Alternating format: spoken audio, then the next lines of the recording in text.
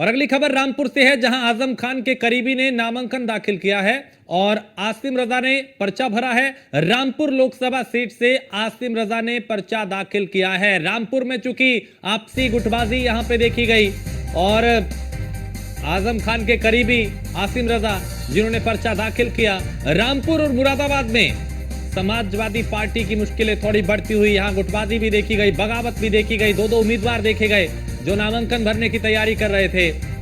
किसी के समर्थन में नारेबाजी हुई, किसी के विरोध में नारेबाजी हुई। तो रामपुर लोकसभा सीट से आजम खान के करीबी ने नामांकन दाखिल किया है, क्योंकि यहां पहले आ जा रहा है कि रामपुर मतलब आजम खान। आजम खान रामपुर की एक पहचान, लेकिन इन दिनों चूंकि सलाखों के पीछे हैं और वहां से भी कौन चुनाव लड़ेगा कौन नहीं, इसको वो तय कर रहे हैं।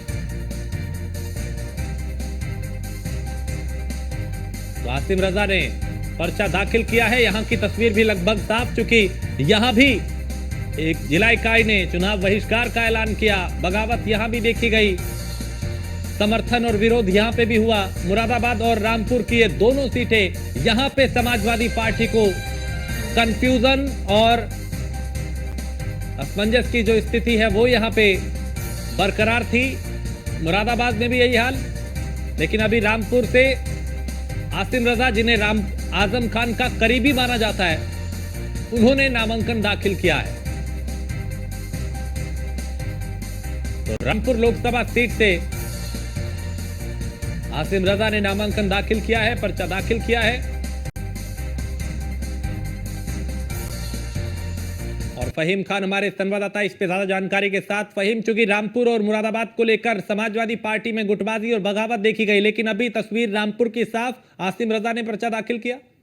बिल्कुल, देखिए मैं आपको बता दूं कि रामपुर के अंदर स्थिति जो है वो दूसरी तरीके की साफ हो सकती है, क्योंकि जिस तरह से जो मोहिबुल्ला हैं, जो कि मौलाना मोहिबुल्ला नदवी हैं, उन्होंने भी समाजवादी पार्टी के प्रत्याशी के रूप में पर्चा दाखिल किया है। दोनों ही 5 मिनट के जो है अंतराल पर दोनों ने पर्चा दाखिल किया, आसिम राजा ने भी और मोहिबुल्ला नदवी ने भी, और दोनों ही ये दावा कर रहे हैं कि वो समाजवादी पार्टी के हैं। हालांकि हमने सवाल किया कि भाई इस तरह से दो प्रत्याशियों को कैसे हम समाजवादी पार्टी का माने, जबकि एक को होना चाहिए। तो उन्होंने ये कहा कि अभी 30 तारीख दूर है और 30 तारीख के बाद ये तस्वीर साफ होगी कि इसमें जो है वो फैसला किसके लिए होता है। क्योंकि जिस तरह आसिम राजा ने न्यूज वन इंडिया से बातचीत करते हुए साफ तौर पर कहा कि मैंने आजम खान के कहने पर यह पर्चा भरा है, तो जाहिर सी बात है कि आजम खान ने जो कहा है वो अपने आप में अहम है और वही समाजवादी पार्टी के प्रत्याशी होंगे। तो वहीं दूसरी तरफ जो मौलाना नदवी हैं, उन्होंने कहा कि मैं अखिलेश यादव जी के कहने पर, राष्ट्रीय अध्यक्ष के कहने पर यहाँ पर्चा भरने आया हूँ और मैंने पर्चा भरा है। तो दोनों ही तस्वीरें जो है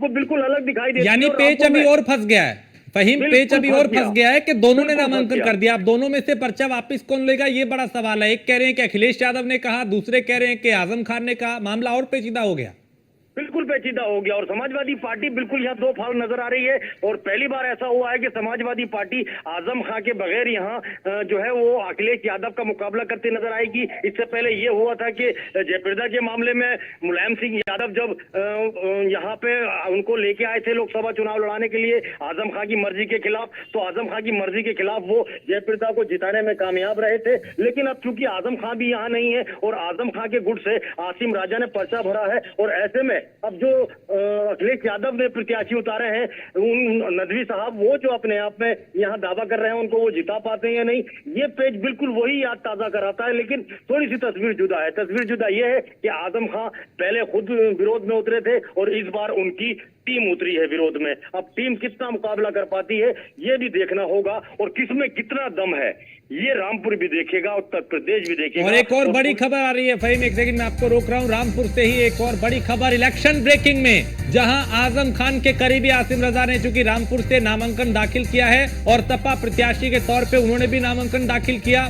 सपा प्रत्याशी मौलाना मोहिबुल्ला नदवी ने भी नामांकन दाखिल किया है। अब समाजवादी पार्टी में घमासान और तेज हो चुका है। तो रामपुर में अब तीसरे नेता की एंट्री हुई है। अमरोहा से सपा नेता कमाल अख्तर ने भी पर्चा खरीदा है। तो रामपुर से अब तक सपा की स्थिति साफ नहीं है और पर्चे लगातार यहां भरे जा रहे हैं। नदवी ने भी नामांकन दाखिल कर दिया। उधर आसिम रजा ने भी नामांकन दाखिल किया है। पार्टी दो फाड़ दिखाई दे रही है। फहीम, यहाँ तो पेचीदा और यहाँ पे मामला और पेचीदा होता जा रहा है। एक और उम्मीदवार कहा जा रहा है उन्होंने भी पर्चा खरीद लिया, दो ने पहले ही नामांकन कर दिया। राजेश जी, मैं थोड़ा सा स्थिति को थोड़ा स्पष्ट कर दूं और साफ कर दूं।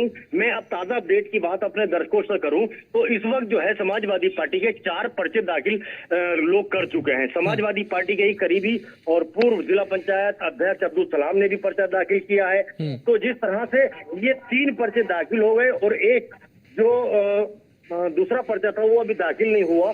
वो जो पर्चे थे इस तरह से ये 4 हो जाते हैं, लेकिन जिस तरह से दाखिल हुए पर्चे हैं वो 3 हो गए। लेकिन उन 3 का जिक्र हम नहीं करेंगे। हम जो जिक्र करेंगे वो सीधे आमने सामने का करेंगे। आमने सामने में अखिलेश यादव के कैंडिडेट हो गए मौलाना नदवी और आजम खान के कैंडिडेट हो गए। नहीं तो फहीम, यहाँ तो फिर जिसका जो मन कर रहा है पर्चा भरने का वो भैया पर्चा भर रहा है। तो ऐसे में शीर्ष नेतृत्व का फेलियर है ना ये एक तरीके से। क्या आप ये तय नहीं कर पाए कि आपका कौन उम्मीदवार यहाँ से पर्चा दाखिल करेगा और कौन एक ही रहेगा? राजेश जी, बड़ी अच्छी बात आपने कही है। मैंने ये बात सुबह से भी मैंने ये कही थी कि ये स्थिति बड़ी खराब स्थिति कह सकते हैं कि एक पार्टी का राष्ट्रीय अध्यक्ष अभी यही तय नहीं कर पा रहा है कि मैं लड़ाऊं तो लड़ाऊं किससे, और सबको ये कह दिया गया कि तुम भी लड़ो, तुम भी लड़ो, तुम भी लड़ो। ऐसा लग रहा है जैसे सब्जी बट रही है। ऐसा लग रहा है जैसे कि कोई राशन की दुकान पर राशन खरीदने गया और उसने पर्चा खरीदा और भर दिया, हो गया। इस तरह का माहौल, अफरा तफरी का माहौल, मुकाबला न कर पाने की स्थिति और मुकाबले से पहले ही हार दिखाने की स्थिति ये सामने दिख रही है राजेश जी। जी तो ऐसे में फहीम अब आगे क्या? क्योंकि कम से कम 3 लोग तो अभी पर्चा दाखिल कर चुके हैं और एक आध 2 लोग और आ जाएंगे कि हम भी भाई, हमें भी पार्टी नेता ने कहा है, अखिलेश ने कहा या आजम खान ने कहा। तो जब इतने उम्मीदवार होंगे तो जाहिर है कलेश और बढ़ेगा, फजीहत होगी, बगावत होगी, टूट होगी, फूट होगी। देखिए, टूट और फूट हो चुकी, बगावत का बिगुल बच चुका। अब जो फैसला होगा वो नक्कारे खुदा होगा, यानी कि नक्कारे की चोट पर जो जंग को जीतने की कोशिश करेगा वही उसमें फैसले में कामयाब होगा। देखना यही दिलचस्प होगा राजेश कि अब भारतीय जनता पार्टी के प्रत्याशी की राहें जितनी आसान हो चुकी हैं, जीत का सिर्फ किसके सिर्फ जो है सेहरा सजता है जीत का, ये तो थोड़ा सा देखना अभी बाकी होगा। लेकिन भारतीय जनता पार्टी के प्रत्याशी की राहें बिल्कुल आसान हो चुकी हैं। वो चुनावी मैदान में बहुत पहले से है और अब ये जो प्रत्याशी पैराशूट से उतारे गए हैं रामपुर में, ये प्रत्याशी इस 20 दिन में अपनी जमीन तलाश कर पाएंगे, वोट मांग पाएंगे, अपने हक में वोट डलवा पाएंगे। इसमें अभी संशय है। संशय इसलिए हम कह रहे हैं, ये शब्द मैंने इसलिए इस्तेमाल किया राजेश जी, क्योंकि जो जमीन जिसने पहले से तैयार कर रखी है, उसने बीज बो रखा है, फसल काटने की तरकीब भी वही जानता है। और जिन्होंने कभी राजनीति में हाथी ना आजमाए हो, वो कैसे इस फसल को काट लेंगे, इसमें थोड़ा सा मुझे शक नजर आता है। लेकिन फहीम, ये पूरा घटनाक्रम ये बताता है कि अखिलेश अलग रास्ते पे चल रहे हैं, आजम अलग रास्ते पे चल रहे हैं। दोनों में तालमेल की बेहद कमी है, जिसका नतीजा हमारे सामने।